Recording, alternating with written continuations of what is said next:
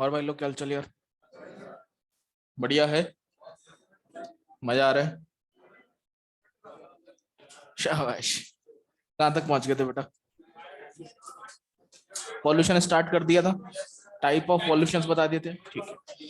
Pollution की बात कर रहे थे बेटा हम लोग। पॉल्यूशन मैंने आपको बताया था कि any undesirable change in physical, chemical, biological properties of air, water and soil is known as pollution. अगली बात की थी हम लोगों ने पॉल्यूशन के लिए अलग अलग तरह के पॉल्यूशन हो सकते हैं। एक बताया था आपको नेचुरल पॉल्यूशन, एक बताया था एंथ्रोपोजेनिक। नेचर में अपने आप कोई अनडिजायरेबल चेंज अगर अपीयर होता है तो ये नेचुरल पॉल्यूशन में आएगा। ह्यूमन एक्टिविटीज की वजह से अनडिजायरेबल चेंज अपीयर होता है तो ये एंथ्रोपोजेनिक में आएगा। अगली बात की थी बेटा पॉल्यूशन और दो तरह का हो सकता है, पॉजिटिव पॉल्यूशन, नेगेटिव पॉल्यूशन।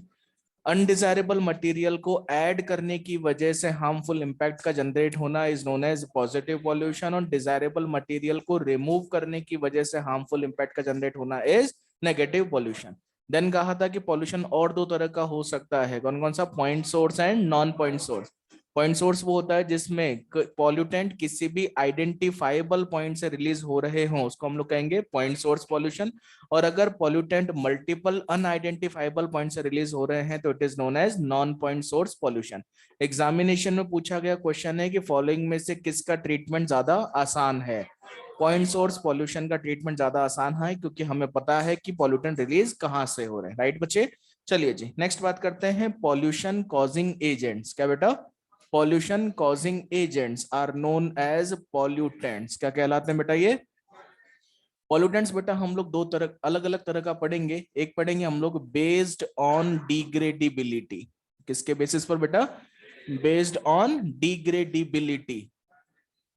अब डिग्रेडेबिलिटी के बेसिस पर दो तरह के पॉल्यूटेंट्स हो सकते हैं बच्चों। एक होता है बायोडिग्रेडेबल पॉल्यूटेंट बच्चे, और एक होते हैं non biodegradable pollutants. Now biodegradable और नॉन बायोडिग्रेडेबल की अगर हम बात करें तो नाम से ही समझ में आ रहा है कि ऐसा पॉल्यूटेंट जिसका नेचर में अपने आप या किसी माइक्रोबियल एक्शन से कंप्लीट रिमूवल हो जाता है। ऐसे पॉल्यूटेंट जिसका नेचर में अपने आप या किसी माइक्रोबियल एक्शन से कंप्लीट रिमूवल हो जाता है, उसी को हम लोग क्या कहते हैं बेटा? Biodegradable pollutant. बच्चे नॉन बायोडिग्रेडेबल के नाम से क्या समझ में आ रहा है? कि ऐसे पॉल्यूटेंट जिसका नेचर में अपने आप या किसी माइक्रोबियल एक्शन से कोई रिमूवल नहीं होता या फिर कंप्लीट रिमूवल नहीं होता, वो कहलाते हैं क्या बच्चों? Non biodegradable pollutant. बायोडिग्रेडेबल क्या होंगे? इसका नेचर में अपने आप या माइक्रोबियल एक्शन से कंप्लीट रिमूवल हो जाता है। नॉन बायोडिग्रेडेबल नेचर में अपने आप या माइक्रोबियल एक्शन से कंप्लीट रिमूवल नहीं हो पाता, पार्शियल हो सकता है लेकिन कंप्लीट रिमूवल नहीं हो पाता, वो क्या कहलाता है बेटा? Non biodegradable pollutant. एग्जांपल्स की अगर हम लोग बात करें तो एग्जांपल में क्या यहाँ पर हम लोग paper, cellulose, cloth material, waste food, dead organic matter, इन सबको इंक्लूड कर सकते हैं बच्चों। ठीक, पेपर हो गया, सेलुलोजिक मटेरियल हो गया, क्लॉथ मटेरियल हो गया, वेस्ट फूड हो गया, डेड ऑर्गेनिक मैटर हो गया, ये सब किस में आएंगे बेटा? बायोडिग्रेडेबल में आएंगे। अब ये एग्जांपल बताते ही हमारे मन में अगला क्वेश्चन आता है बच्चे कि सर जो बायोडिग्रेडेबल है वो तो कभी ना कभी डिग्रेड हो ही जाएगा, तो फिर इसको हम पॉल्यूटेंट काहे कह रहे हैं? इसके हिसाब से तो हर एक चीज पॉल्यूटेंट हो जाएगी। लेकिन बायोडिग्रेडेबल कंटेंट जब तक डिग्रेड नहीं होता तब तक अनडिजायरेबल हो सकता है बेटा। जैसे कि कहीं कोई डेड ऑर्गेनिज्म पड़ा हुआ है बेटा, तो जब तक वो डिग्रेड नहीं होगा तब तक वो डिजायरेबल है कि अनडिजायरेबल? अनडिजायरेबल। कहीं पर पेपर या क्लॉथ का बहुत बड़ा सा लंप पड़ा हुआ है, वो चोकिंग कॉज कर रहा है या किसी भी वजह से वो वहां पर पेस्ट के ब्रीडिंग ग्राउंड की तरह काम कर रहा है, तो जब तक डिग्रेड नहीं होता है तब तक वो कैसा है? अनडिजायरेबल है। कैसा बेटा? इसलिए वो कहलाएगा क्या? Biodegradable pollutant. राइट बच्चे? अगली बात करेंगे नॉन बायोडिग्रेडेबल पॉल्यूटेंट्स के बारे में। तो नॉन बायोडिग्रेडेबल पॉल्यूटेंट में सबसे पहले एग्जांपल याद आता है प्लास्टिक, इसके अलावा ग्लास। भैया ये एक ऐसी चीज है, सब चीजें नष्ट हो जाएंगी लेकिन ये खत्म नहीं होता कभी भी, ठीक है। ये मोल्ड किया जा सकता है लेकिन इसको खत्म नहीं किया जा सकता। राइट? तो प्लास्टिक हो गया, ग्लास हो गया, इसके अलावा बेंजीन हेक्साक्लोराइड। क्या बेटा? बेंजीन हेक्साक्लोराइड, ये भी क्या है? एक तरह का नॉन बायोडिग्रेडेबल पॉल्यूटेंट है। और हमारे लिए जो सबसे ज्यादा इंपॉर्टेंट और कंसर्न का है वो है डीडीटी, क्योंकि एनसीईआरटी ने सबसे ज्यादा जो चर्चा की है वो डीडीटी के बारे में ही की है बायो मैग्निफिकेशन के दौरान, राइट? बात करते हैं डीडीटी के बारे में। बेटा प्लीज मुझे ये बताइए कि डीडीटी किसका पॉल्यूटेंट है? एयर एंड वाटर, ऑप्शंस बता रहा हूं आपको, ठीक है? एयर एंड वाटर, दूसरा वाटर एंड सॉइल, तीसरा एयर एंड सॉइल, और चौथा air water soil all. DDT किसका पॉल्यूटेंट है? कितने लोग कहते हैं एयर एंड वाटर? कितने लोग कहते हैं वाटर एंड सॉइल? ठीक है। कितने लोग कहते हैं एयर एंड सॉइल? ठीक है। कितने कहते हैं ऑल? ठीक है भैया, ठीक। अब मैक्सिमम ऑफ द टाइम हमें यही लगता है कि यार वाटर और सॉइल का पॉल्यूटेंट है, लेकिन ये एयर वाटर सॉइल तीनों का पॉल्यूटेंट है, क्योंकि हम डीडीटी की करते हैं स्प्रेइंग। क्या करते हैं बेटा? स्प्रेइंग। और स्प्रे कर रहे हैं तो एरोसोल बनेंगे, और ये एरोसोल एयर में परसिस्ट करते हैं, इसलिए एयर पॉल्यूशन कॉज करेगा। सॉइल में जब ड्रॉपलेट्स गिरेंगी तो ये सॉइल पॉल्यूशन कॉज करेंगे, और रन ऑफ वाटर के साथ जब ये किसी वाटर बॉडी में जाकर मिलेगा तो ये वाटर पॉल्यूशन कॉज करेगा। तो यहाँ पर मेंशन आप कर लीजिएगा, DDT causes air, water and soil all types of pollution. DDT causes air, water, soil all types of pollution.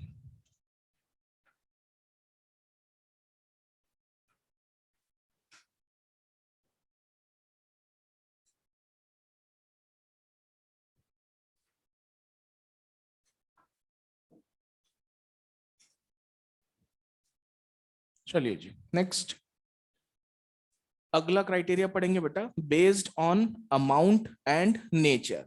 दो तरह के पॉल्यूटेंट्स हो सकते हैं, एक होते हैं क्वांटिटेटिव पॉल्यूटेंट्स। कौन से बेटा?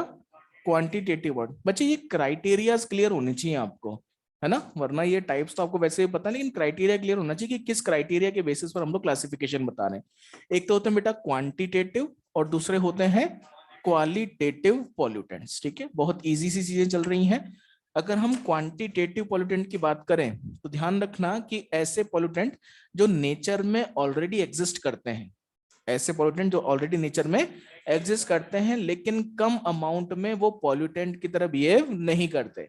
लेकिन जब इनका कॉन्सेंट्रेशन एक पर्टिकुलर थ्रेशोल्ड वैल्यू से ज्यादा हो जाता है, they start acting as the pollutant. कम कॉन्सेंट्रेशन में नेचर में एग्जिस्ट करते हैं, लेकिन तब ये पॉल्यूशन कॉज नहीं करते, तब ये पॉल्यूटेंट्स नहीं होते।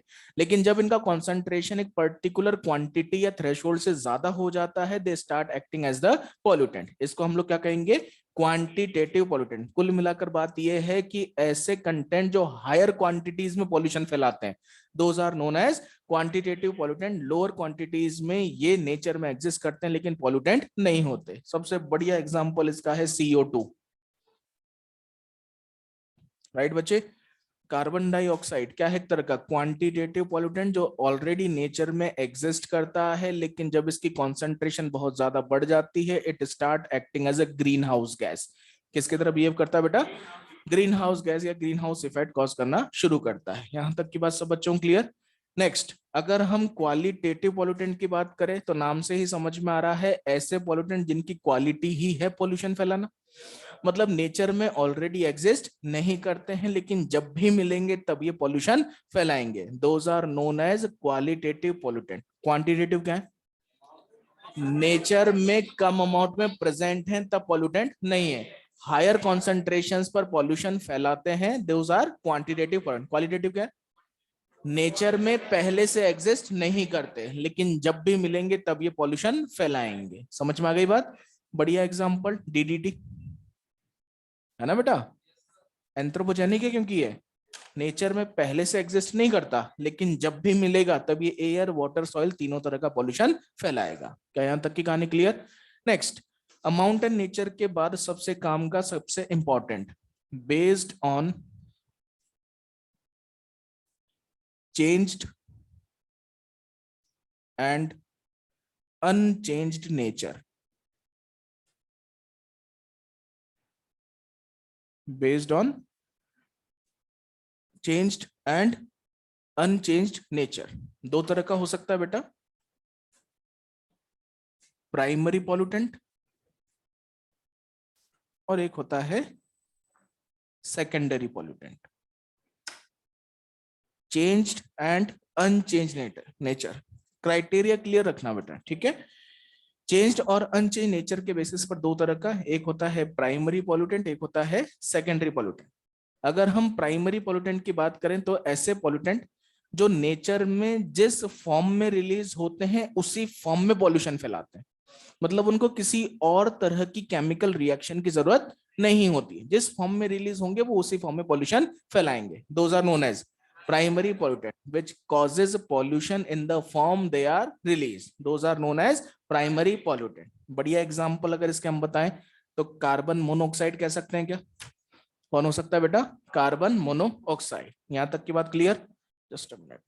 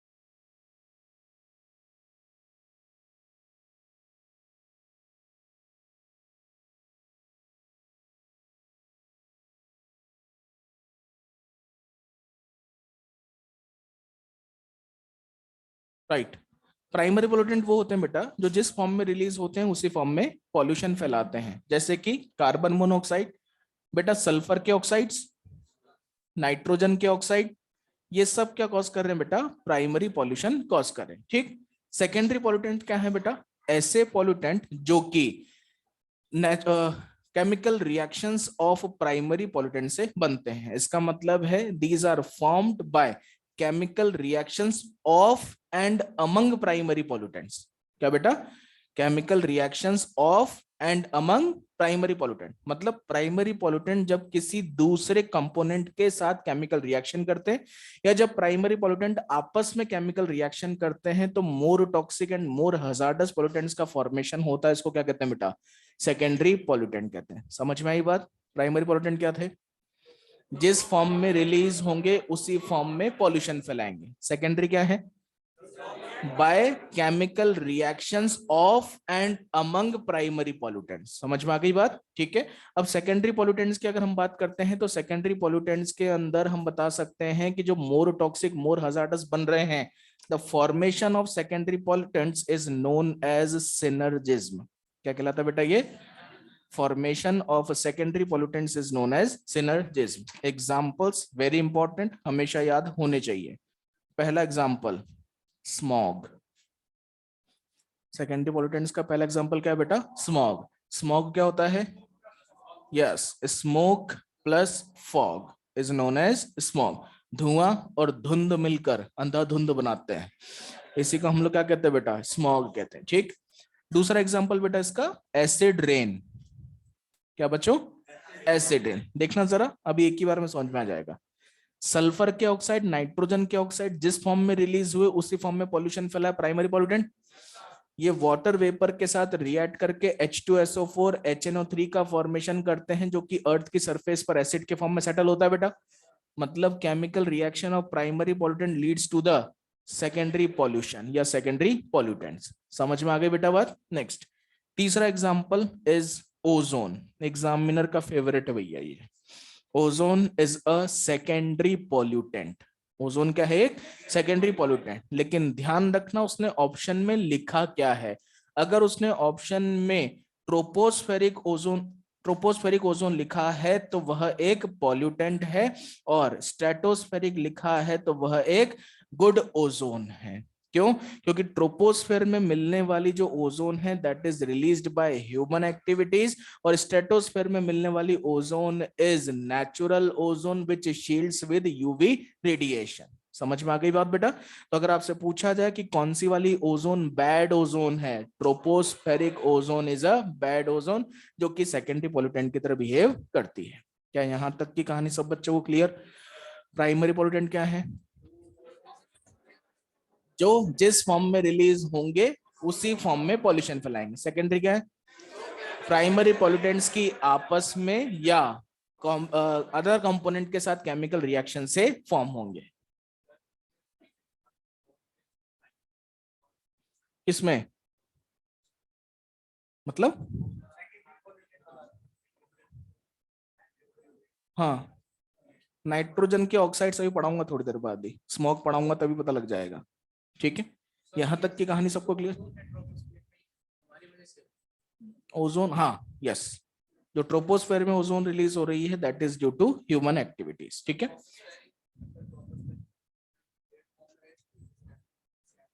कौन सी? ट्रोपोस्फेरिक फॉर्म तो स्कैटर्ड है सब जगह पर, स्ट्रेटोस्फेयर में लेयर के फॉर्म में, इसलिए उसको ओजोन लेयर कहते हैं, इसको लेयर नहीं कहते। क्लोरोफ्लोरोकार्बन, हाँ, प्राइमरी, जिस फॉर्म में रिलीज हो रहा है उसी फॉर्म में पॉल्यूशन फैला रहा है। प्राइमरी, जिस फॉर्म में रिलीज हो रहा है उसी फॉर्म में पॉल्यूशन फैला रहा है। ठीक है, चलिए नेक्स्ट। चूंकि हम लोगों ने स्मॉग की और एसिड रेन की बात की है तो इनकी डिटेल्स में यहीं की यहीं पढ़ लेते हैं। स्टार्ट करते हैं। Smog that is smoke plus fog. Term smog was given by Des Voeux. Next, it is measured by Ringelmann method.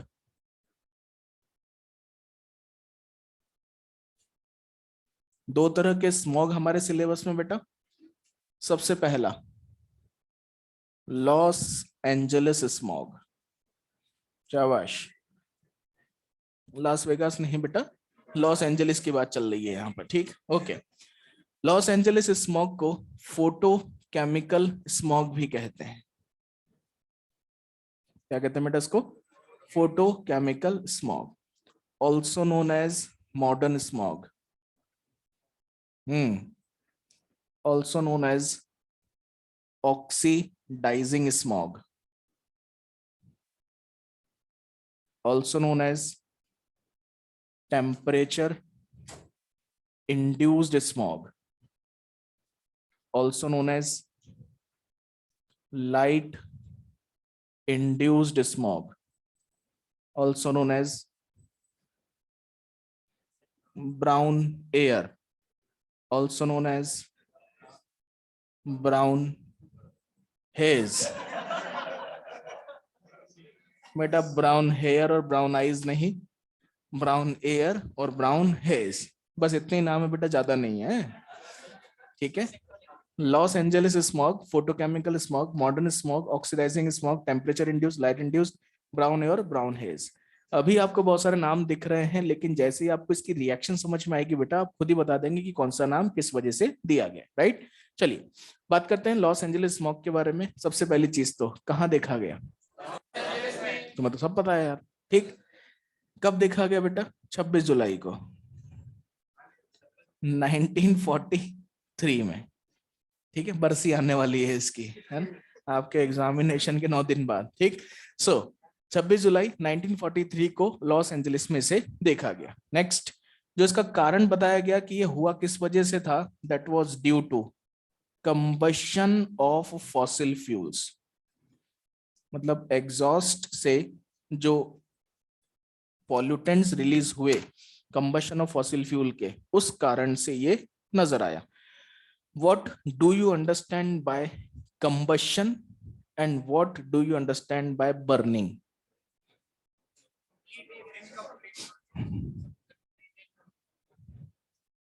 हाँ, ऑक्सीजन की प्रेजेंस में होता है वो। अच्छा, और लकड़ी जो जलाते हैं वो ऑक्सीजन के एब्सेंस में जलाते हैं।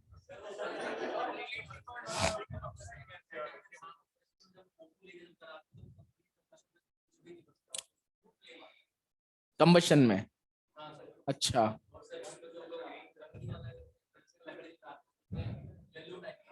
अच्छा, कुछ कुछ ठीक है। हाँ, कार्बन मोनोऑक्साइड सब में रिलीज, दोनों में रिलीज होगा।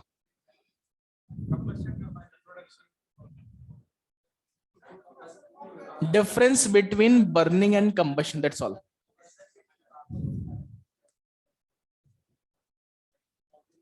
अच्छा, बर्निंग। अच्छा अच्छा, और कोई बोलो भाई। कक्षा 12 पास हो ना? 17 जुलाई को एग्जाम है ना आपका? क्या मालिश वालिश कर रहा है क्या ये? चलो सुनिए, कंबशन और बर्निंग में डिफरेंस क्या है। मतलब मैं डिफरेंस बताऊंगा तो तुम सोचोगे बोले यार हमें ये भी नहीं आता था। हाँ, अच्छा।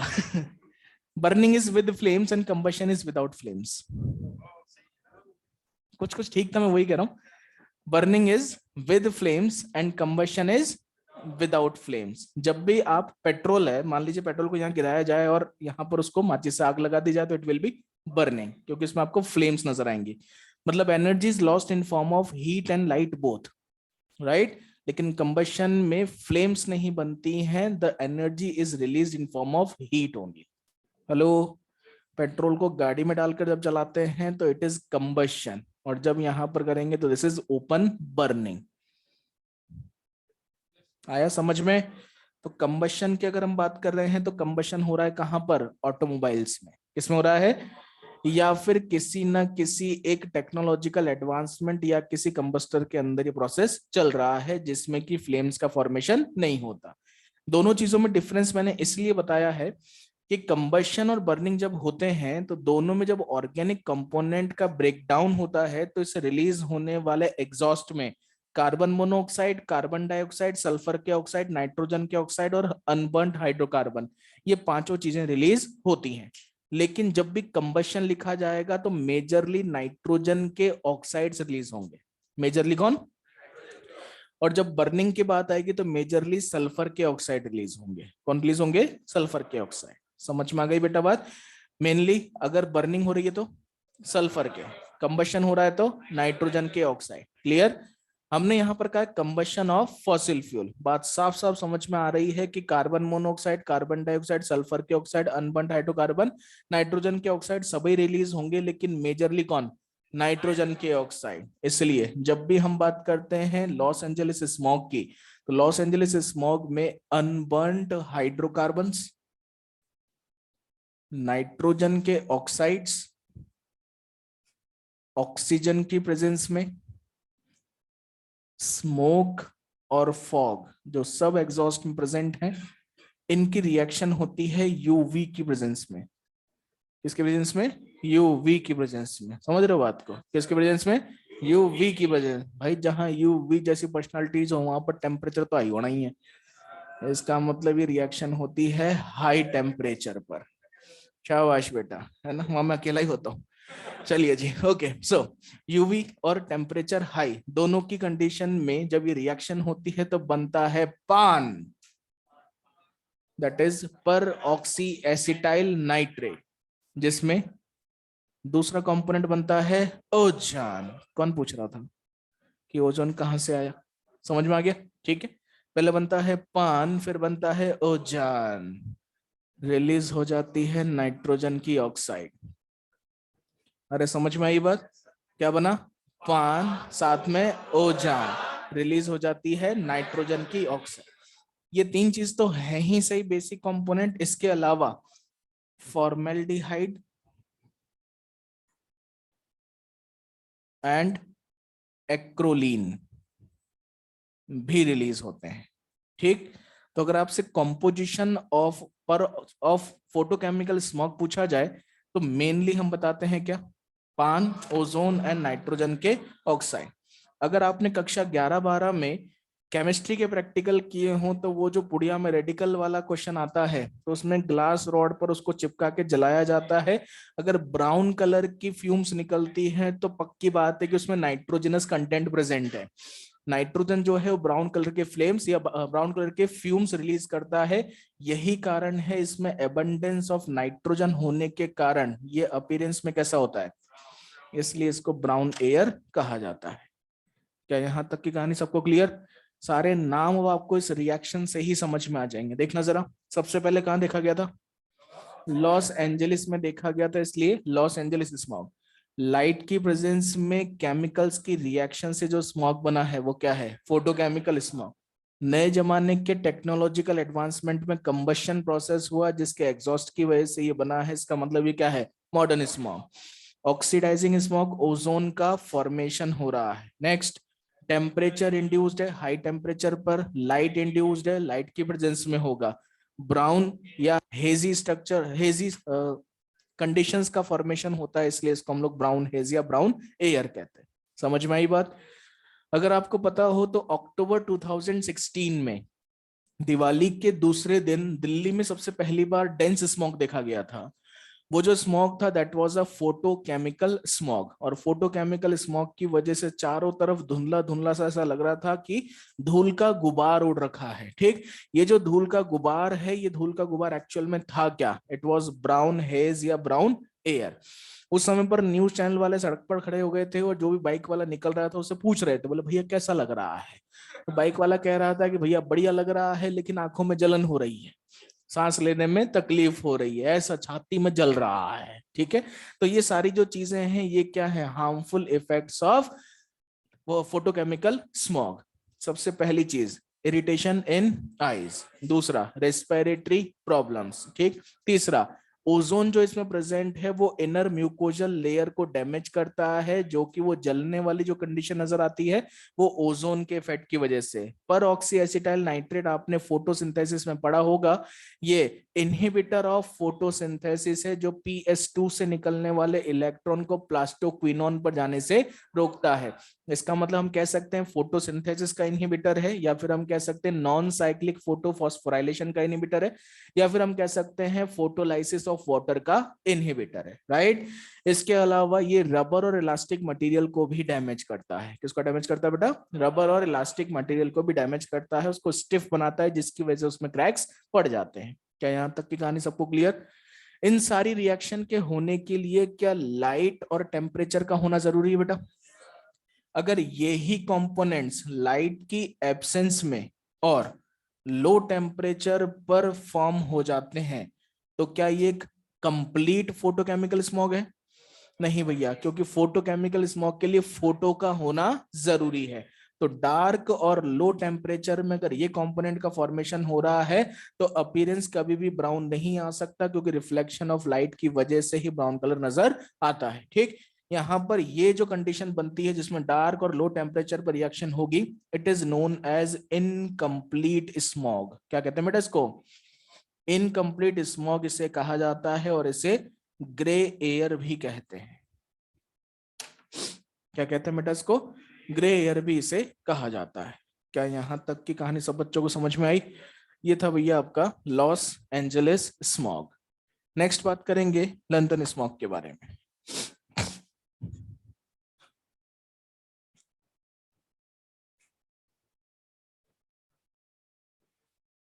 फोटोकेमिकल स्मॉग नहीं बन पाएगा, फोटो नहीं होगा, इसका मतलब क्या है? इनकम्प्लीट स्मॉग है।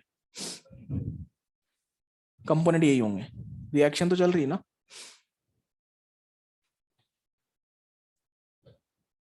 डन।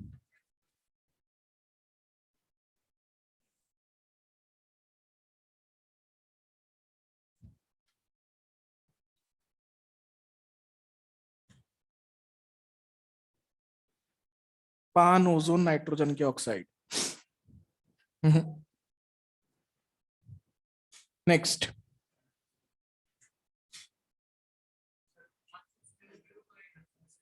है ऑब्वियस सी बात है, फिर काटेगा कैसे ऑप्शन में से इसको? नहीं, प्रायोरिटी नहीं होगी। Next, London smog, also known as reducing smoke, also known as classical smoke, also known as coal induced smoke, also known as industrial smoke, also known as sulfur smog, also known as the great smog, also known as 5 days smog, also known as yellow air. बस बेटा इतना ही है, ज्यादा नहीं है। ठीक है, ये है भैया नाम किसके, लंदन स्मॉग के। मैक्सिमम ऑफ द टाइम जो क्वेश्चन पूछा गया है वो रिड्यूसिंग स्मॉग के नाम से पूछा गया है। किस नाम से बेटा, ये याद रखना। उसको तो फोटोकेमिकल स्मॉग के नाम से ही पूछता है, लेकिन लंदन स्मॉग को हमेशा उसने किस नाम से पूछा, रिड्यूसिंग स्मॉग के नाम से पूछा है। याद रह जाएगा बेटा। चलिए, लंदन स्मॉग जो है वो सबसे पहले ऑब्वियस सी बात है लंदन में देखा गया था। ठीक, कब देखा गया, इसको देखा गया था 5 से 9 दिसंबर 1952 को। कब बेटा, 5 से 9 दिसंबर 1952। 5, 6, 7, 8, 9, इसलिए इसको कहा जाता है 5 डेज स्मॉग। समझ में आ गई बेटा बात। ठीक, अगली चीज, ब्रिटेन में जो ब्रिटेन की आर्मी है, द ग्रेट आर्मी, ब्रिटेन की navy, the great navy, Britain की रानी, द ग्रेट रानी, ब्रिटेन का स्मॉग, राइट।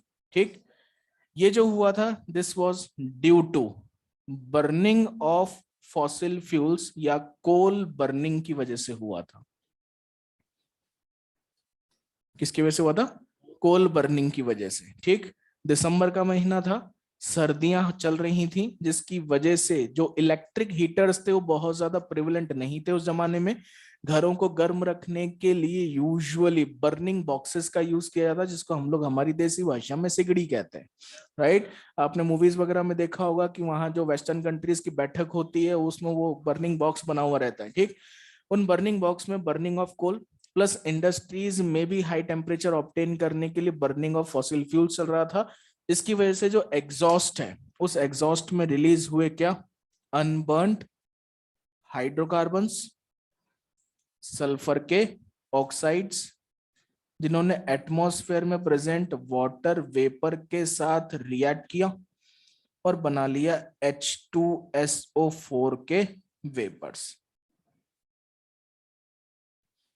एटमॉस्फेयर में क्या बन गया बेटा, H2SO4 के वेपर्स। और आप जानते ही हो कि H2SO4 इज हाईली कॉन्सेंट्रेटेड। बच्चों, आपने जो लेबोरेटरी में केमिस्ट्री की लैब में जो H2SO4 यूज किया होगा वो ऑलरेडी 100 से 1000 गुना डाइल्यूटेड होता है। जो कॉन्सेंट्रेटेड रखा जाता है ना, वो भी 100 से 1000 गुना डाइल्यूटेड होता है, राइट। और जो डाइल्यूटेड होता है वो तो 10,000 टू मिलियन टाइम्स तक का वो डाइल्यूशन उसमें हो सकता है। ठीक, लेकिन अगर वो कॉन्सेंट्रेटेड H2SO4 भी आपके हाथ पर गिर जाए या एप्रॉन पर गिर जाए तो ये हाथ वाला 4 दिन तक जलता भैया, है ना। और एप्रॉन के बीच में तो छेद भी हो सकता है उस कॉन्सेंट्रेटेड H2SO4 की वजह से, राइट। ये जो H2SO4 के वेपर्स थे, these were concentrated naturally formed H2SO4 हैं, जिसको लोगों ने इनहेल किया। और इस इनहेलेशन की वजह से उनमें इंटरनल ब्लीडिंग के कारण maximum of the people were hospitalised या उनको मेडिकल इमरजेंसी की जरूरत पड़ी। और इन 5 दिनों में लगभग 4000 लोगों की डेथ हो गई थी ड्यू टू दिस स्मॉग। कितने लोग, 4000 लोग भैया। 5 दिन में 4000 लोग, मतलब इंस्टेंटली लोगों का मरना शुरू हुआ। तो it was predicted that London पर कोई एक केमिकल अटैक हुआ है, क्योंकि उस समय पर ब्रिटेन के आसपास के कंट्रीज के साथ बहुत ज्यादा कॉन्फ्लिक्ट चल रहे थे। आपको पता ही है कि यही वो समय था जब भारत भी आजाद हुआ था। 5 साल पहले ही भारत आजाद हुआ था, कई सारी कंट्रीज अभी भी उनके अंडर में थी, मतलब बहुत दुश्मन हुआ करते थे। तो ऐसा माना गया था कि शायद लंदन के ऊपर कोई एक केमिकल अटैक हुआ है। लेकिन 5 दिन बाद जब ये एकदम से डिसअपियर हुआ बारिश होने की वजह से, तब पता लगा कि यार ये एक्चुअल में एक नेचुरल फेनोमेना की वजह से स्मॉग का फॉर्मेशन हुआ। अब बात आती है कि यार वो ऐसा नेचुरल फेनोमेना था क्या। It was anti cyclone and windless conditions.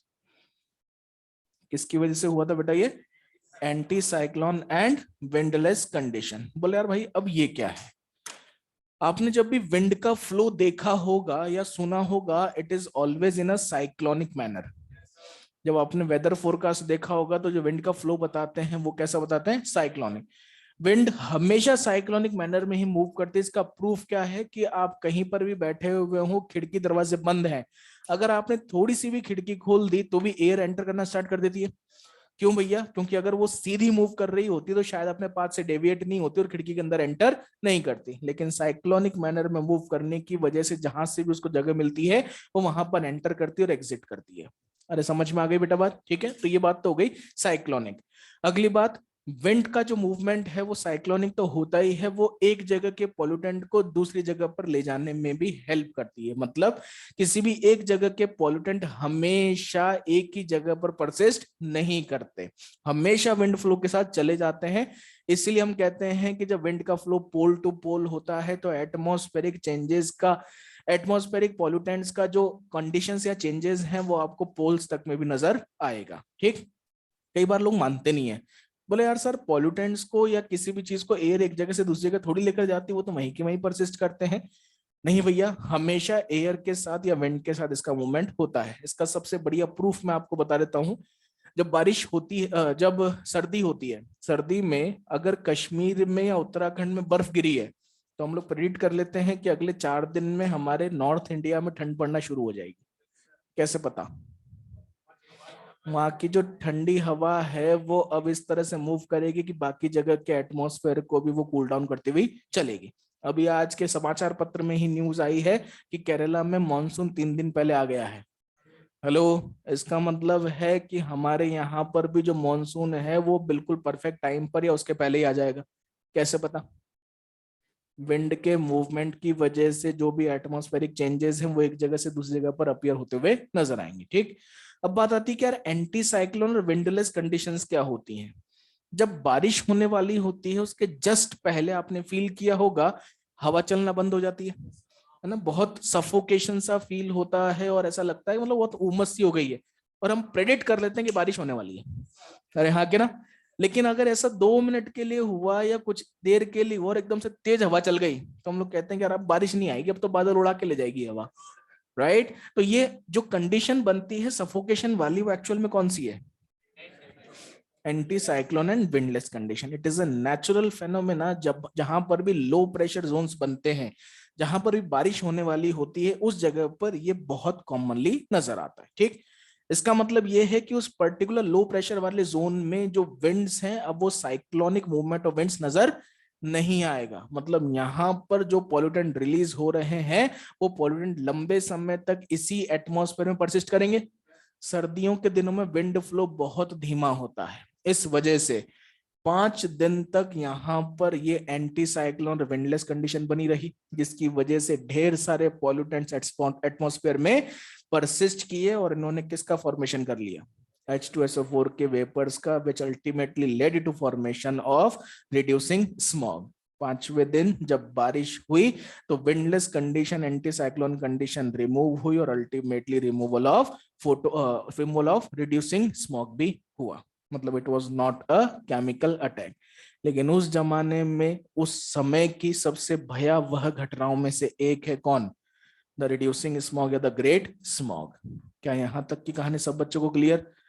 अब इसको इतने सारे नाम क्यों दिए गए हैं? सबसे पहला कहां देखा गया? सल्फर के ऑक्साइड का क्या हो रहा है?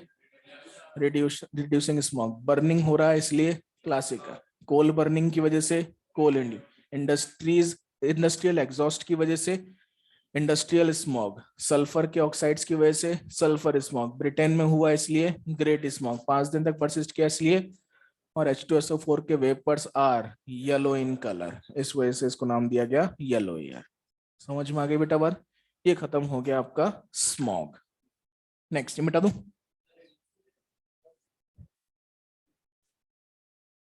रिड्यूसिंग स्मोक कैसे है? क्योंकि यहाँ पर रिडक्शनल प्रोसेस देखा गया है, जो रिड्यूसिंग एजेंट्स हैं वो परसिस्ट करते हैं एटमॉस्फेयर में, इस वजह से। केमिस्ट्री में नहीं पढ़ा पाऊंगा, ठीक है? ये मेरे से 2 बार पहले भी पूछा जा चुका है, बोलो सर रिड्यूसिंग कैसे है, ये है ना नाम दिया गया भैया, मैं केमिस्ट्री इसके नहीं बता पाऊंगा। अच्छा वो वाला है। अच्छा हाइड्रोजन जुड़ रहा है इसलिए, इसलिए कहते हैं कि रिडक्शन हुआ है तो रिड्यूसिंग स्मॉग है। हाइड्रोजन जुड़ रहा है इसलिए रिड्यूसिंग स्मॉग है। ठीक, चलो नेक्स्ट।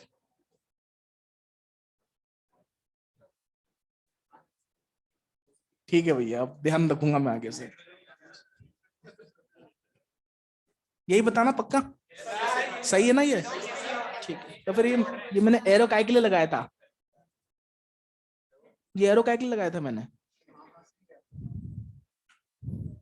चलो, नहीं मैं कहाँ जानता हूँ कुछ यार, सीख रहा हूँ मैं तो अभी। हाँ?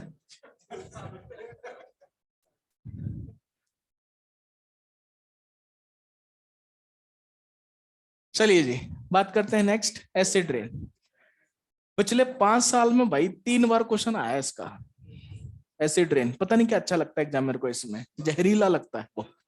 ठीक, अगर एसिड रेन की बात करें, सुनिएगा प्लीज, नाम से ही समझ में आ रहा है, एसिड का रेन के फॉर्म में अर्थ की सरफेस पर आना। क्या बेटा? एसिड का रेन के फॉर्म में अर्थ की सरफेस पर आना। Term acid rain was given by Robert August.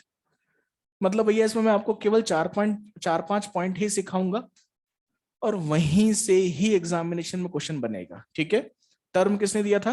Robert August ने। ठीक, अगली बात मैंने कही कि एसिड का रेन के फॉर्म में अर्थ की सरफेस पर आना, इसका मतलब है कि जो एसिडिक कंपोनेंट्स हैं, क्या ये एटमॉस्फेयर में ही बन रहे हैं?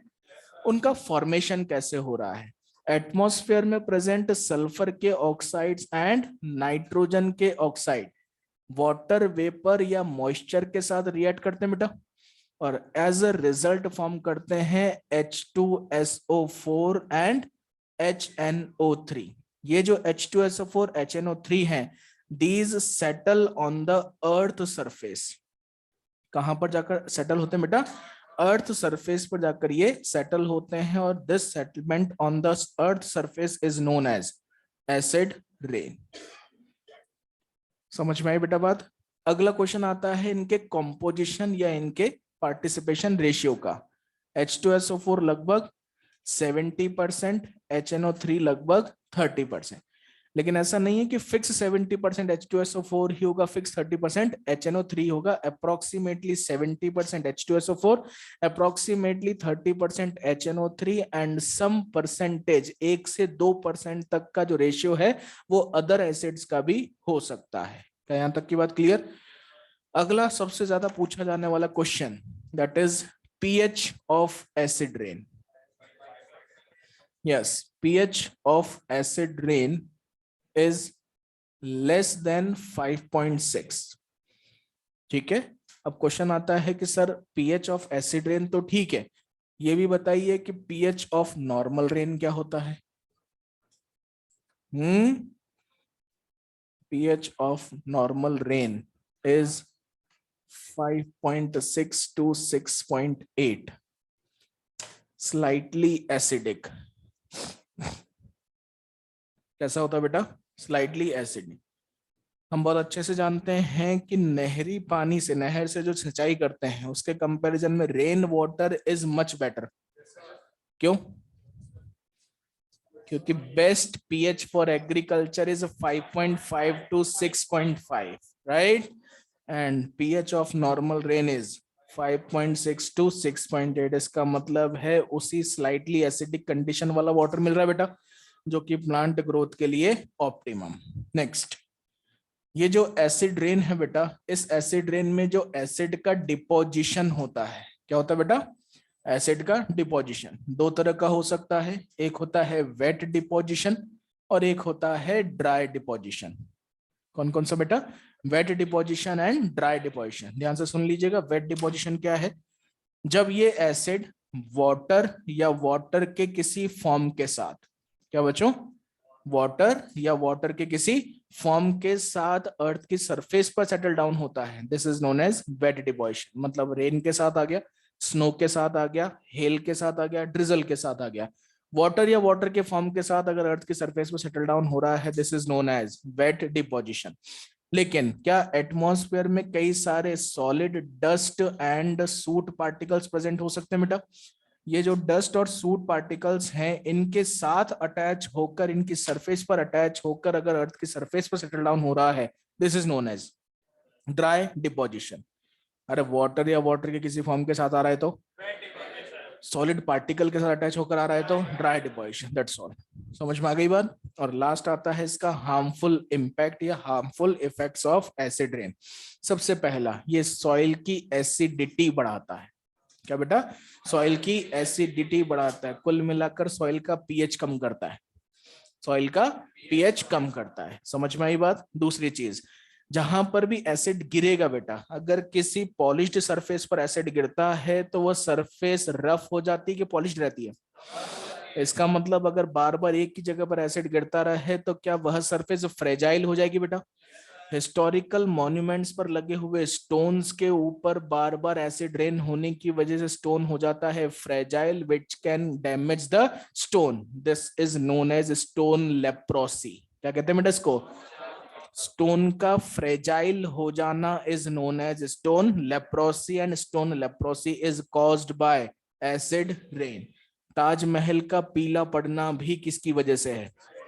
एसिड रेन की वजह से है, क्योंकि आसपास के एरियाज में, जैसे कि मथुरा में, मथुरा ऑयल रिफाइनरी से निकलने वाले जो एग्जॉस्ट हैं उसमें सल्फर के ऑक्साइड्स का एबंडेंस होता है, which results in formation of H2SO4 and acid rain. समझ में आ गई बेटा बात। ये था आपका एसिड रेन। इतने छोटे से पार्ट में से 4 नंबर पक्के हैं भाई, ठीक है। एसिड का रेन के फॉर्म में अर्थ के सरफेस पर आना is known as acid rain. Term किसने दिया था? रॉबर्ट ऑगस्ट ने दिया था, ठीक। सल्फर के ऑक्साइड नाइट्रोजन के ऑक्साइड वाटर वेपर के साथ रिएक्ट करके H2SO4 HNO3 के एसिड्स बना लेते हैं, जो कि अर्थ की सरफेस पर सेटल डाउन हो जाते हैं। इसी को हम लोग क्या कहते हैं? Acid rain. अब ये डिपोजिशन वेट डिपोजिशन हो सकता है या ड्राई डिपोजिशन। वेट डिपोजिशन बोले तो वाटर या वाटर के किसी फॉर्म के साथ, सॉलिड पार्टिकल के साथ आ रहा है तो dry deposition. PH of acid rain is less then 5.6, pH of normal rain is 5.6 to 6.8। यहां तक की कहानी क्लियर? ये खत्म हो गया भैया आपका एसिड रेन। नेक्स्ट अगली बात करेंगे एयर पॉल्यूशन के बारे में। हाँ चले यार।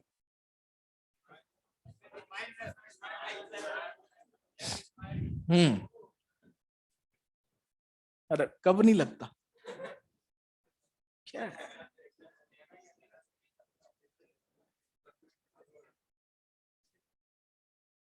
भगवान ने और कुछ दिया नहीं दिया, लेकिन कॉन्फिडेंस बहुत दिया है कि नहीं? वो बेस्ट होना चाहिए बस, है ना?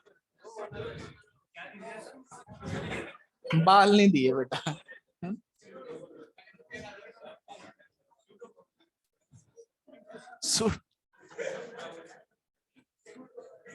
चलिए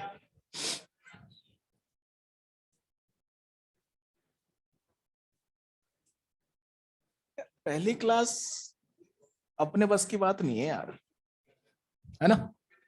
सुबह की भी पहली क्लास अपने बस की बात नहीं है, और दिन की भी पहली क्लास अपन तो वो है आखिरी में आके सबको जगा जगा के जाते हैं, है कि नहीं है? ठीक है, तभी मजा आता है कि हाँ भाई सबकी मौत हो चुकी है, अभी हमें पढ़ाएगा, ठीक है। चलो जी नेक्स्ट, अगला इंपॉर्टेंट पार्ट, एयर पॉल्यूशन। हाँ भाई, एयर पॉल्यूशन किसको कहते हैं? अरे पॉल्यूशन किसको कहते हैं? Any undesirable change in physical, chemical, biological properties of air, water, and soil is known as pollution. What is air pollution? Any undesirable change in physical, chemical, biological properties of air is known as air pollution. बहुत बढ़िया। Air pollution causing agents are known as air pollutants. अब air pollutants बेटा दो तरह के हो सकते हैं, एक होंगे गैशियस एयर पॉल्यूटेंट्स और दूसरे होंगे पार्टिकुलेट एयर पॉल्यूटेंट्स। अब बात आती है कि गैशियस एयर पॉल्यूटेंट में कौन कौन आएगा। गैशियस एयर पॉल्यूटेंट में आते हैं बेटा कार्बन मोनोऑक्साइड, दूसरा हम बता सकते हैं अनबर्न्ड हाइड्रोकार्बन्स, नेक्स्ट सल्फर के ऑक्साइड्स, नेक्स्ट नाइट्रोजन के ऑक्साइड, नेक्स्ट इथाइलिन, और लास्ट स्मोक। ठीक, नेक्स्ट पार्टिकुलेट मैटर में दो तरह के, एक होते हैं सेटलेबल पार्टिकुलेट मैटर बेटा, और एक होते हैं सस्पेंडेड पार्टिकुलेट मैटर। अब बात आती है कि सस्पेंडेड और सेट लेवल में डिफरेंस क्या है? सेट लेवल का जो साइज है बेटा वो मोर देन 10 माइक्रोमीटर होता है। मतलब ये जो पार्टिकल्स हैं ये कुछ घंटों से लेकर कुछ दिनों के अंदर अर्थ की सरफेस पर सेटल डाउन हो जाते हैं। लेकिन जो सस्पेंडेड पार्टिकुलेट मैटर है उनका जो साइज है that is less than 10 micrometer. Hello, ठीक, लेस देन 10 माइक्रोमीटर है, मतलब ये इजीली अर्थ की सरफेस पर सेटल डाउन नहीं होते। क्या आपने सस्पेंडेड पार्टिकुलेट मैटर एयर में देखे? जब भी आपने सर्दियों के दिनों में रोशनदान से आ रही धूप देखी होगी तो उसमें छोटे छोटे पार्टिकल उड़ते रहते हैं बेटा। उनको हम लोग बहुत दूर से भी हल्का सा डिस्टरबेंस दे दें तो भी वो मूव करते रहते हैं। इसका मतलब वो हल्के से डिस्टरबेंस से सस्पेंड हो जाते हैं, तो ये बहुत आसानी से नीचे सेटल डाउन नहीं होंगे, राइट। अब इसी के साथ एक डेटा आपको याद रखना है, अकॉर्डिंग टू सीपीसीबी। किसके अकॉर्डिंग बेटा? सीपीसीबी, फुल फॉर्म बच्चों central pollution control board. Examiner को ऐसी चीजें ज्यादा पसंद है, ठीक है। According to CPCB, suspended particulate matter of size, yes, less than 2.5 micrometers. कितने बेटा? 2.5 micrometer are highly hazardous for human health. These are highly hazardous for human health। ठीक है, डेटा याद रखना है किसके अकॉर्डिंग? सीपीसीबी के अकॉर्डिंग। फुल फॉर्म क्या है? सेंट्रल पॉल्यूशन कंट्रोल बोर्ड के according particles of size less than 2.5 micrometers are highly hazardous for human health. अब बात आती है कि यार सर इस छोटे पार्टिकल की वजह से क्या कोई डिजीज हो सकता है? तो गवर्नमेंट ने ये भी बताया है कि इसके कारण कई सारे डस्ट डिजीजेस हो सकते हैं। और जो कॉमन डस्ट डिजीज है, क्या बेटा? कॉमन डस्ट डिजीज, उसको कहा जाता है न्यूमोकोनियोसिस। क्या कहते हैं बेटा इसको? Pneumoconiosis. This is a common dust disease.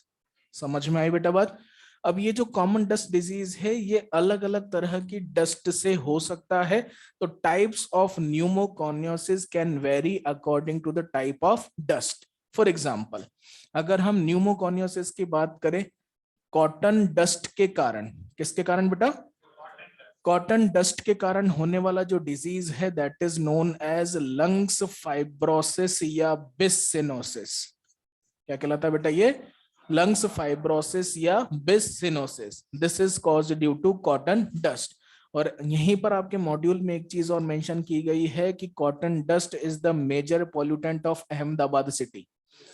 Cotton dust is the major pollutant of Ahmedabad city. क्यों? क्योंकि वहां पर ढेर सारी टेक्सटाइल इंडस्ट्रीज है बेटा, ठीक है। नेक्स्ट, अगला बेटा, कोल डस्ट की वजह से, किसकी वजह से बेटा? कोल डस्ट की वजह से होने वाला डिजीज है एंथ्रेकोसिस।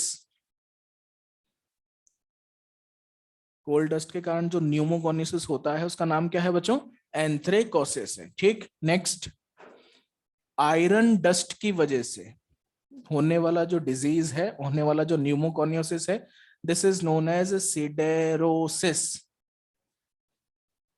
क्या कहलाता है बेटा? सिडेरोसिस, ठीक। नेक्स्ट, सिलिका डस्ट की वजह से होने वाला disease is silicosis.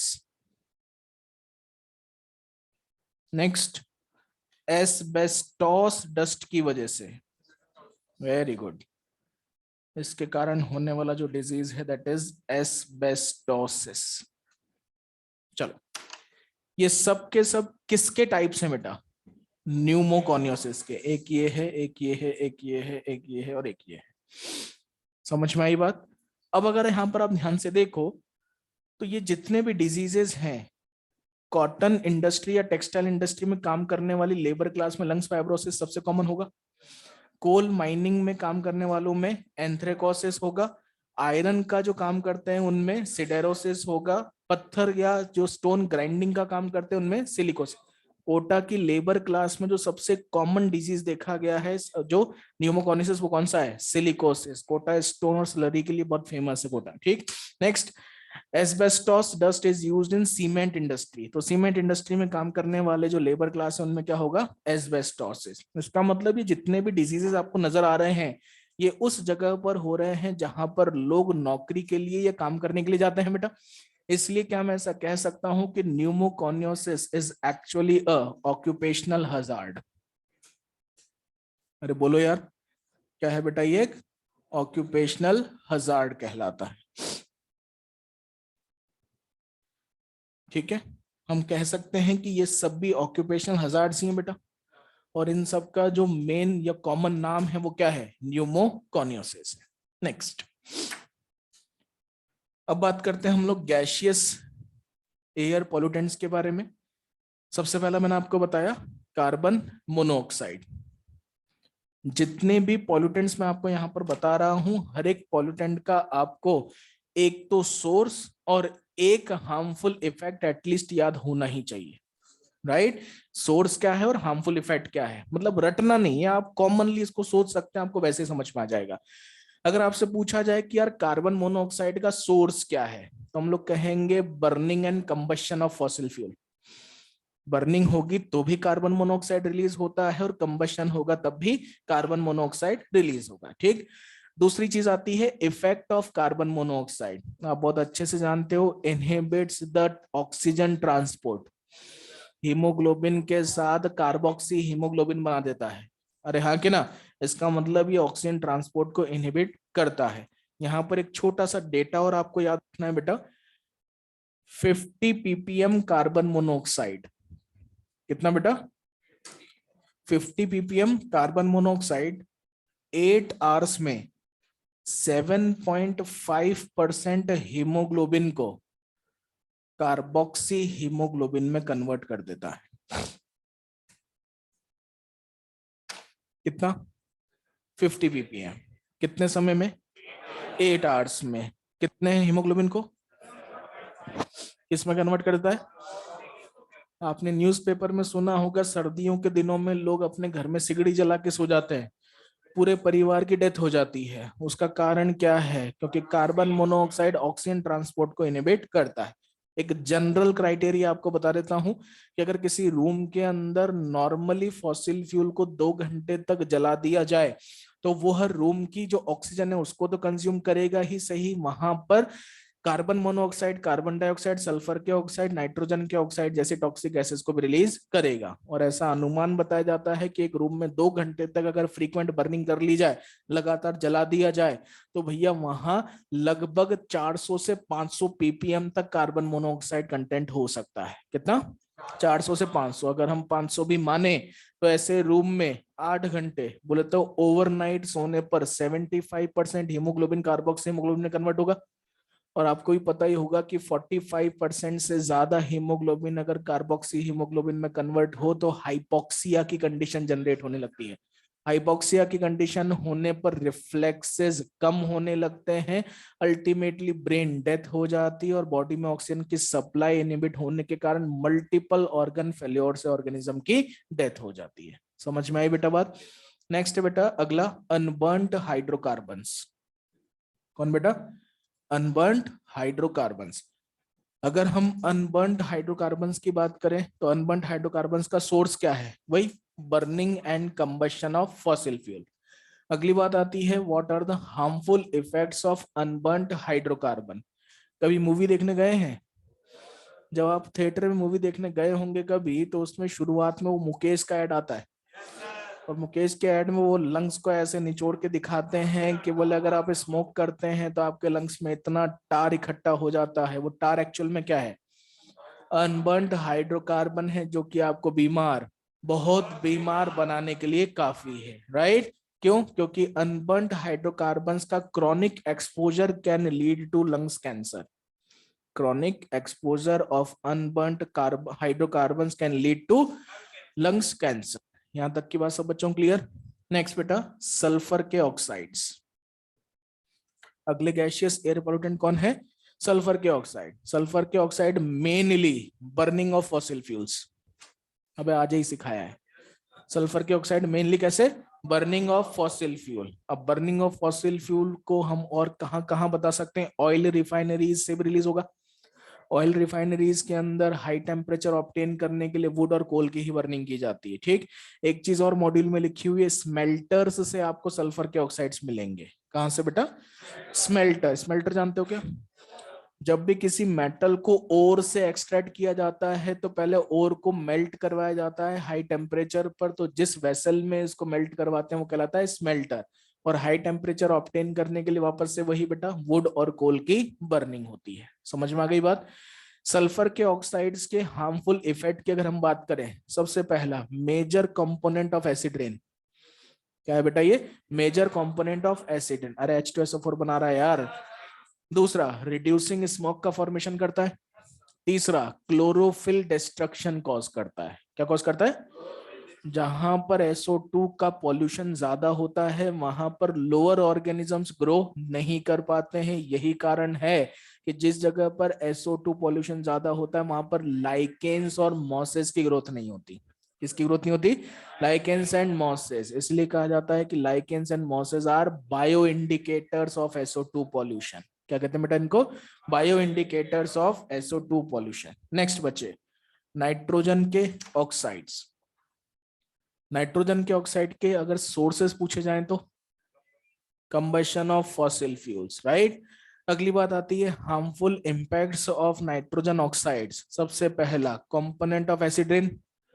Second, formation of photochemical smog. Hello, ठीक। And chronic exposure of nitrogen oxide can lead to lungs cancer, emphysema भी ये कॉज कर सकता है। समझ में आ गई बात? नेक्स्ट, लास्ट अगला आ रहा है बेटा इथाइलिन। क्या है बच्चों? इथाइलिन। इथाइलिन शायद आप जानते ही हो कि ये फ्रूट राइपनिंग हार्मोन है। The only gaseous PGR. कैसा है बेटा? ओनली गैसियस पीजीआर है। ठीक है। अगर हम लोग इथाइलिन की बात करें तो इथाइलिन का यूज क्या पोस्ट हार्वेस्ट राइपनिंग में किया जाता है? किसमें करते हैं बेटा? पोस्ट हार्वेस्ट राइपनिंग में। आपने पढ़ा होगा प्लांट फिजियोलॉजी में, इथेफॉन CEPA का यूज किया जाता है। ठीक है। एक्वस सॉल्यूशन का अगर स्प्रे किया जाए तो it slowly releases ethylene which causes ripening of fruit. समझ में आ गई बात? तो जिस फैक्ट्री में हम लोग पोस्ट हार्वेस्ट राइपनिंग करवाते हैं ना, वहां से अगर ये इथाइलिन रिलीज हो जाए तो बाहर दूसरे वाले जो प्लांट्स होते हैं उनमें pre mature falling of leaves and fruits हो जाता है।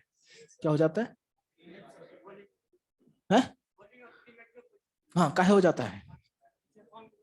क्यों? क्यों हो जाता है? और सो बता दिया मैंने पहले ही।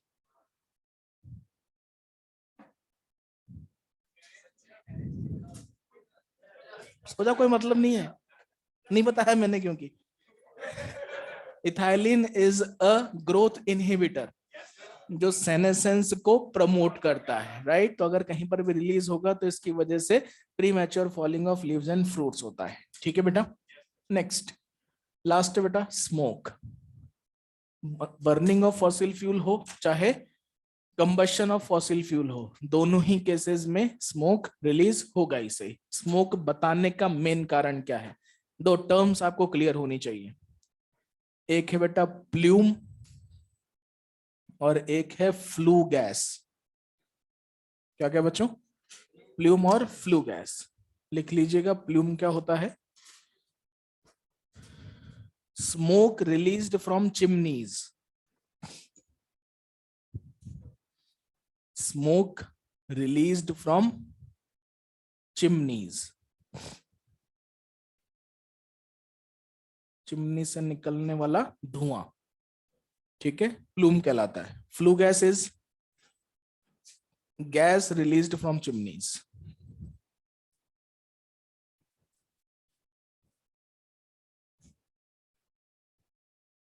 Plume is smoke released from chimneys. Flue gas is gas released from chimneys.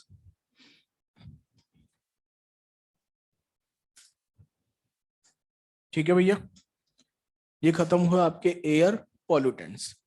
आइए बात करते हैं air pollution control.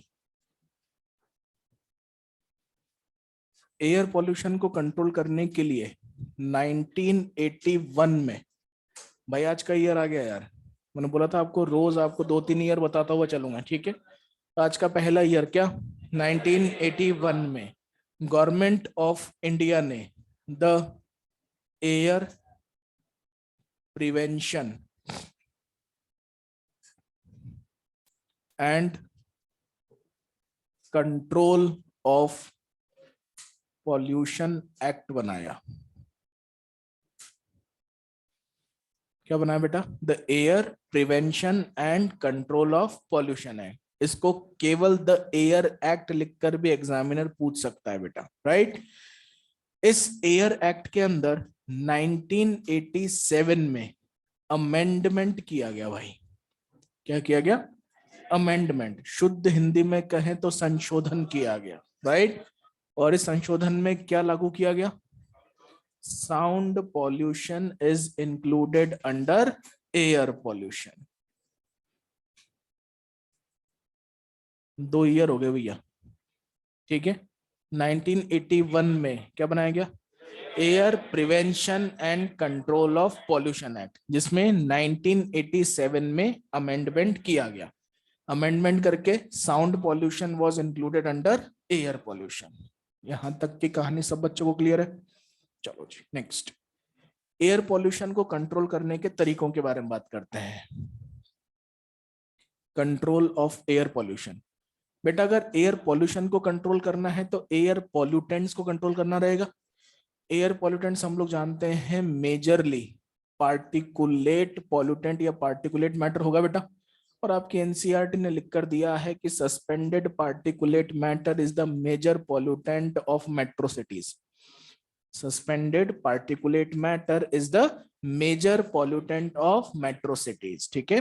Particulate matter भी है और साथ में गैसियस इम्प्योरिटीज भी एज एयर पॉल्यूटेंट प्रेजेंट होती हैं।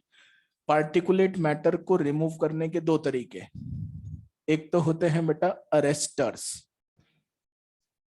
और दूसरे होते हैं स्क्रबर्स, ठीक है।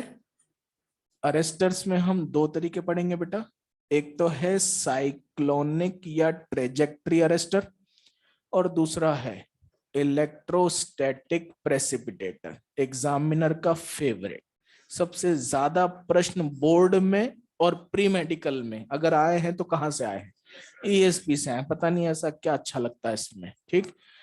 स्क्रबर्स 2 तरह के हो सकते हैं, एक होते हैं वेट स्क्रबर्स और एक होते हैं ड्राई स्क्रबर्स। हमारे सिलेबस में केवल वेट स्क्रबर्स है। नेक्स्ट, गैसियस इंप्योरिटीज की अगर हम बात करते हैं तो गैसियस इंप्योरिटीज में सबसे पहला एक के रिमूवल के लिए हम लोग यूज करते हैं combustion. Next absorption and last adsorption.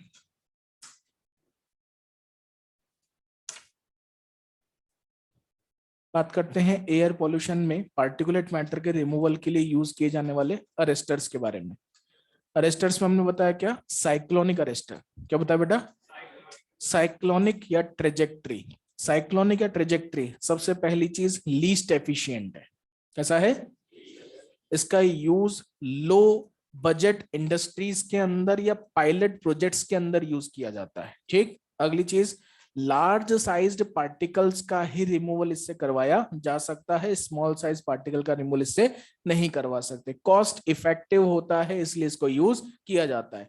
और लास्ट आता है कि किस कॉन्सेप्ट पर काम करता है, सेंट्रीफ्यूगल फोर्स के थ्रू पार्टिकुलेट मैटर के रिमूवल के कॉन्सेप्ट पर ये काम करता है। कभी मिक्सर ग्राइंडर चलाए, मिक्सर ग्राइंडर चलाते हैं तो जो भी हल्की चीज है वो तो अलोंग द वॉल्स मूव करती है, और जो जो वॉर्टेक्स बनता है साइक्लोनिक वॉर्टेक्स, उसके बीच में ही वो हैवी चीज गिर जाती है ब्लेड के ऊपर, जिससे उसकी प्रॉपर मिक्सिंग होती है। और यहाँ के ना, यहाँ पर भी यही होता है।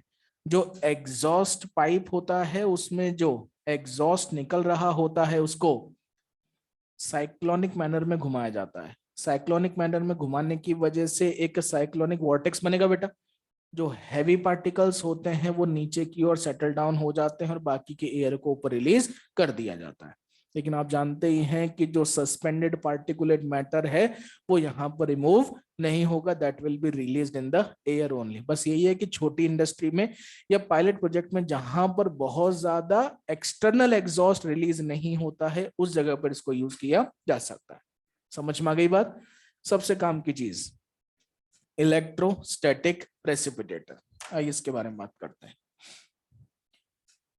अगला है बेटा electrostatic precipitator, most efficient for removal of suspended particulate matter.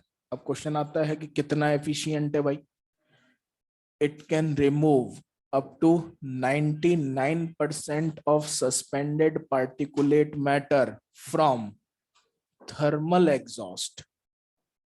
किसमें से बेटा? थर्मल एग्जॉस्ट में से ये 99% ऑफ सस्पेंडेड पार्टिकुलेट मैटर का रिमूवल कर सकता है। बोले यार सर ये रेफरेंस थर्मल एग्जॉस्ट काहे ले रखा है? मतलब ये बात कभी समझ में नहीं आई।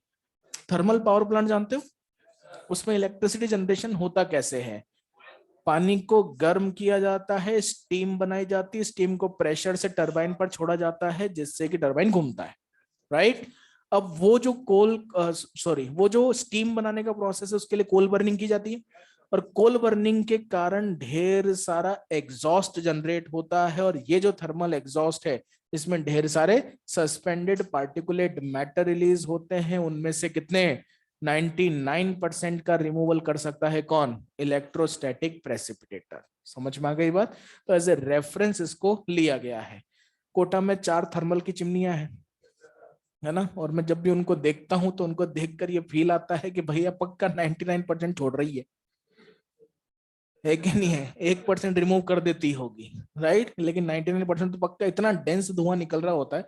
अगर आप दादाबाड़ी या जवाहर नगर के इस एरिया में कहीं पर रहते हैं, छत के ऊपर अगर आप बिना चप्पल के चले जाएं तो आपके पैर काले हो जाएंगे।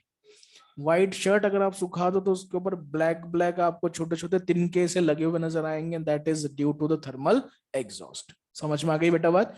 लेकिन यस, हर थर्मल पावर प्लांट के अंदर ईएसपी का इंस्टॉलेशन इज मैंडेटरी। मैंडेटरी है, हर थर्मल पावर प्लांट में होना जरूरी है। प्रॉपर मेंटेनेंस नहीं होने की वजह से ये कई बार काम के नहीं रहते। ठीक है, नेक्स्ट इलेक्ट्रोस्टैटिक प्रेसिपिटेटर का कॉन्सेप्ट पूछा जाता है कि किस कॉन्सेप्ट पर काम करते हैं। They function on charged particle removal. किस पर बेटा? चार्ज्ड पार्टिकल रिमूवल के कॉन्सेप्ट पर ये काम करते हैं। Next, what are the basic requirements for electrostatic precipitator? सबसे पहला हाई वोल्टेज वायर बेटा। क्या? High voltage wires which are supplied with thousands of volt electricity। High voltage wires चाहिए which are supplied with thousands of volt electricity। Second बच्चों, differently charged plates. कैसे हैं बेटा? Differently charged plates. अब differently का मतलब क्या है अभी थोड़ी देर में क्लियर करता हूं।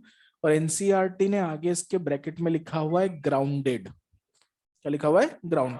ग्राउंडेड आप समझते हो अर्थिंग के लिए यूज किया जाता है। ठीक है, नेक्स्ट तीसरा है बेटा लो वेलोसिटी एयर।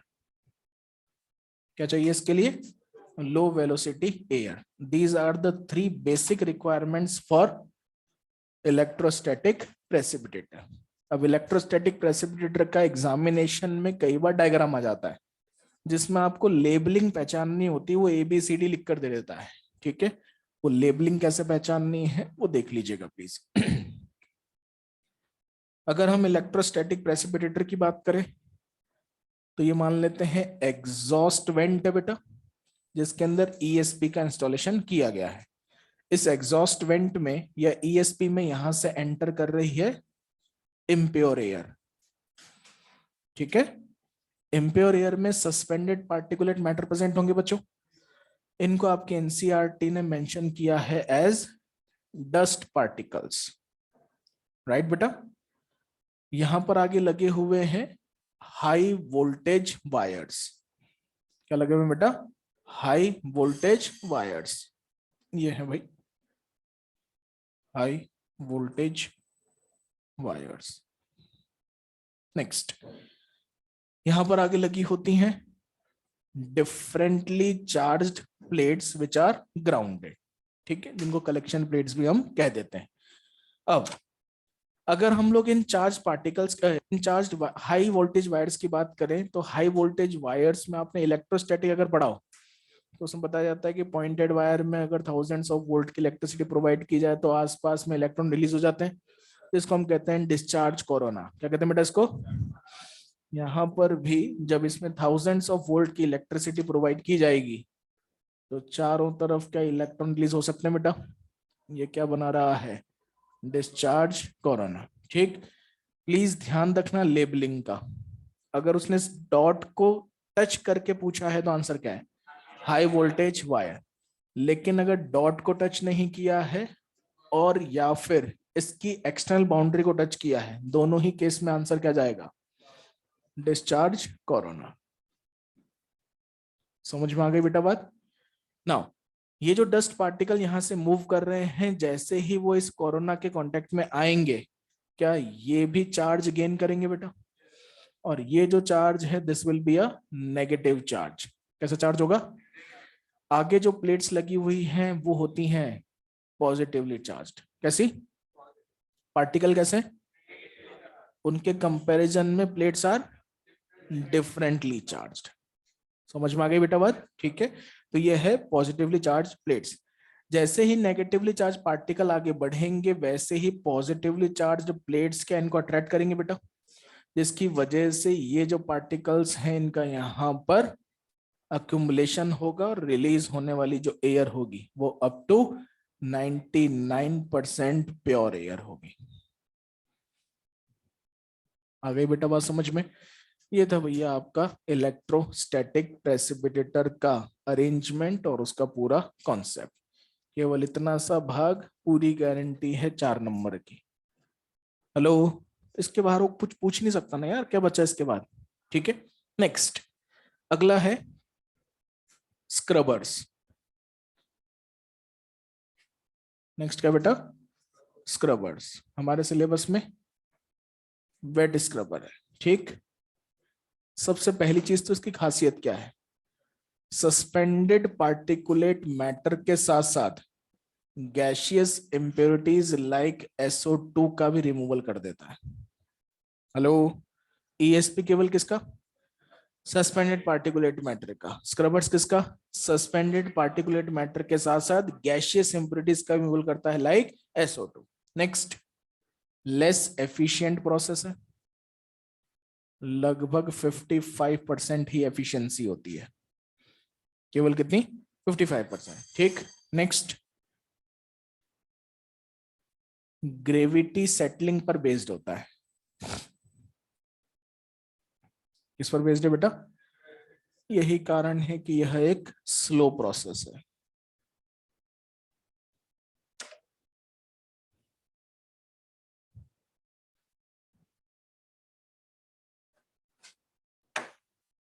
डायग्राम बड़ा ही कॉमन सा है, बड़ा ही फैमिलियर सा है, NCERT मॉड्यूल में और कई बार टेस्ट के क्वेश्चंस में बहुत देखने मिलता है। ये यहां से एक इम्प्योर एयर का इनलेट है बेटा,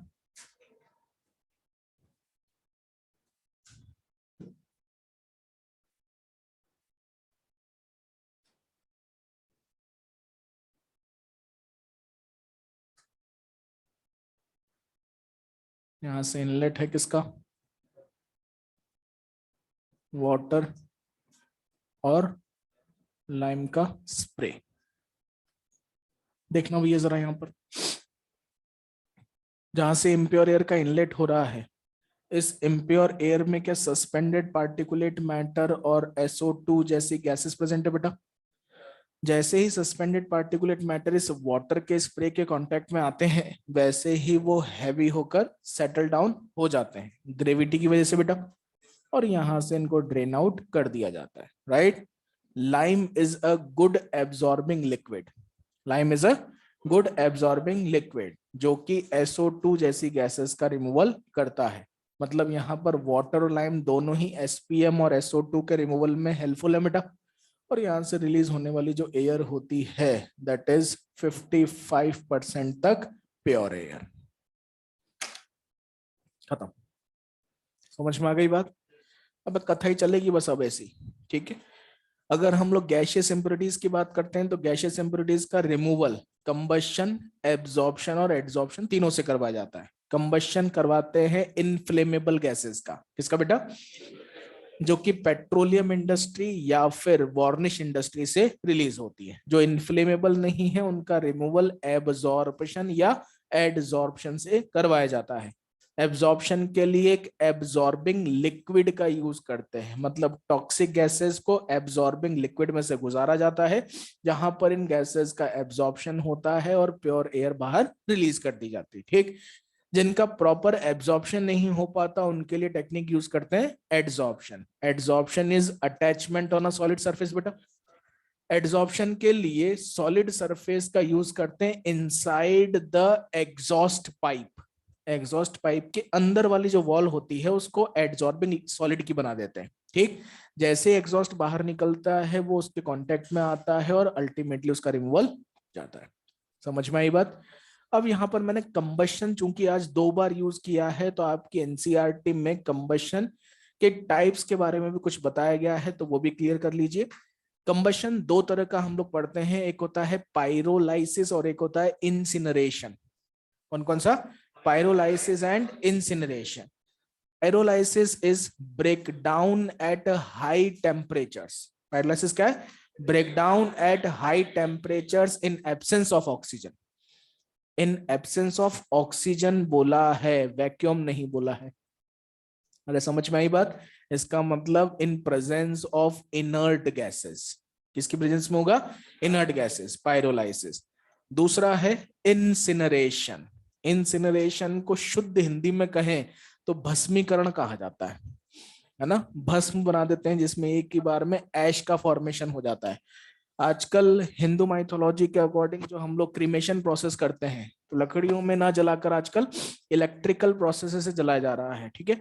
वो जो क्रीमेशन प्रोसेस है वो इंसिनरेटर में ही होता है। इंसिनरेटर के अंदर हीटिंग रॉड्स होती हैं जो बहुत हाई टेम्परेचर ऑब्टेन करती हैं। उसके अंदर वेरी हाई प्रेशर में एयर को फिल किया जाता है, मतलब हाई प्रेशर की एयर डाली जाती है। हाई टेम्परेचर हाई प्रेशर में वो जो डेड बॉडी है वो एक ही बार में कंबस्ट होकर और कन्वर्ट हो जाती है in ash. Break down at high temperature and high air pressure is known as incineration. और एनसीईआरटी ने इंसिनरेशन के बारे में लिखा है कि हॉस्पिटल वेस्ट का डिस्पोजल इंसिनरेशन के थ्रू किया जाता है। किसके थ्रू बेटा, एक लाइन में स्पेसिफिकली मेंशन किया गया है कि disposal of incineration is crucial for the disposal of hospital waste. Incineration is crucial for disposal of hospital waste. Solid waste वाले में लिखा हुआ है ये लाइन। क्या यहां तक की कहानी सब बच्चों को क्लियर है।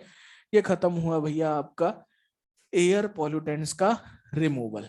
नाउ उसके बाद आपकी एनसीईआरटी ने एक केस स्टडी दे रखी भाई, दिल्ली की केस स्टडी है भाई, है ना। दिल्ली में एक केस हो गया, उसकी एक केस स्टडी है। हाँ, दिल्ली में केस हुआ भैया 1990 में।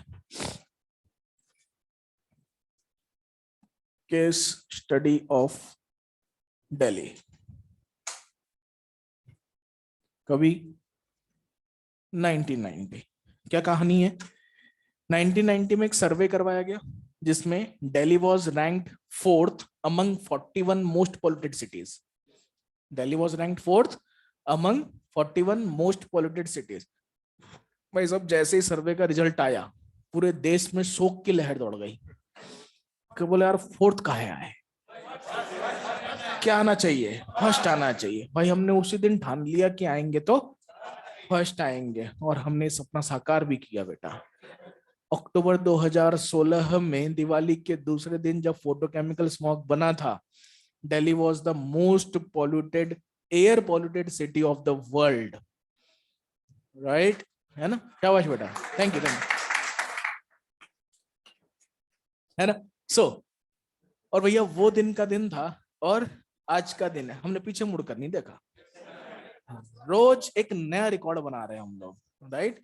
दिल्ली में बीच में कोविड के समय पर जरूर पॉल्यूशन डाउन हुआ था, लेकिन उसके बाद से वापस से ये उसी लेवल पर ही है। इसका मतलब है आसपास भी कोई कॉम्पिटिटर नहीं है ना। पुराने जमाने में जो हम लोग शंघाई और मैक्सिको सिटी, मतलब 90s के बाद से ये दो सिटीज हैं जो सबसे ज्यादा एयर पॉल्यूटेड मानी जाती थी, उनको भी बहुत पीछे पछाड़ चुके हैं। और पुराने जमाने में लॉस एंजलिस होता था जहां पर फोटोकेमिकल स्मोक का फॉर्मेशन हुआ, राइट। लेकिन आज के जमाने में दिल्ली है, दिल्ली था, दिल्ली रहे, most air polluted city of the world है, राइट।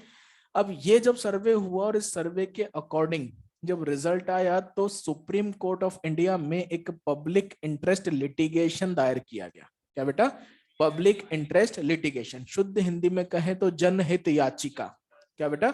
जनहित याचिका सुप्रीम कोर्ट ऑफ इंडिया में दायर किया गया कि भैया ये पॉल्यूशन हो रहा है, इसको लेकर गवर्नमेंट का या आपका क्या कंसर्न है।